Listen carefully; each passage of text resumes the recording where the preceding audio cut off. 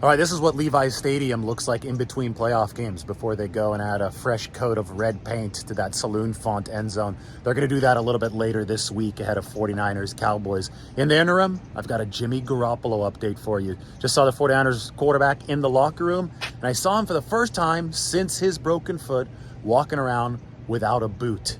He tied up his tennis shoes and he was walking around like a normal person without a limp. Now, this past Sunday was the 6-week mark after his injury. So it had been 6 weeks on Sunday. It's now 6.5 weeks since Garoppolo broke his foot. So 6 to 8 weeks was the return prognosis, or at least the healing prognosis for the broken foot. And we're right in that window right now. So it checks out that Garoppolo would be out of the walking boot at about 6 weeks. That means that he is on schedule, but now he's got to start, working back into condition. He's been able to do some leg lifts, some leg press, but some of the calf stuff has been probably a little bit harder to do with the boot on. So he's got to work back a little bit, at least through this week. And although Garoppolo's not practicing today, maybe we do see him back out there in a limited capacity next week, maybe the week after that. But if he's back next week, 49ers might be able to have another very capable quarterback active for a potential NFC championship game. Obviously, Brock Purdy's doing an awesome job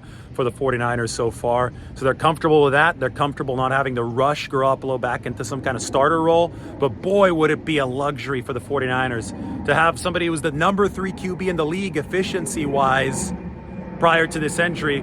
Boy, would it be nice for them to have him active and available as potential QB depth for the NFC championship game. And I think that's something that maybe an outside possibility right now, but it's certainly a possibility, and it's certainly something that we'll monitor since Garoppolo was spotted without his walking boot in tennis shoes for the first time in the 49ers locker room today. Remember, quarterback depth has saved the 49ers season already.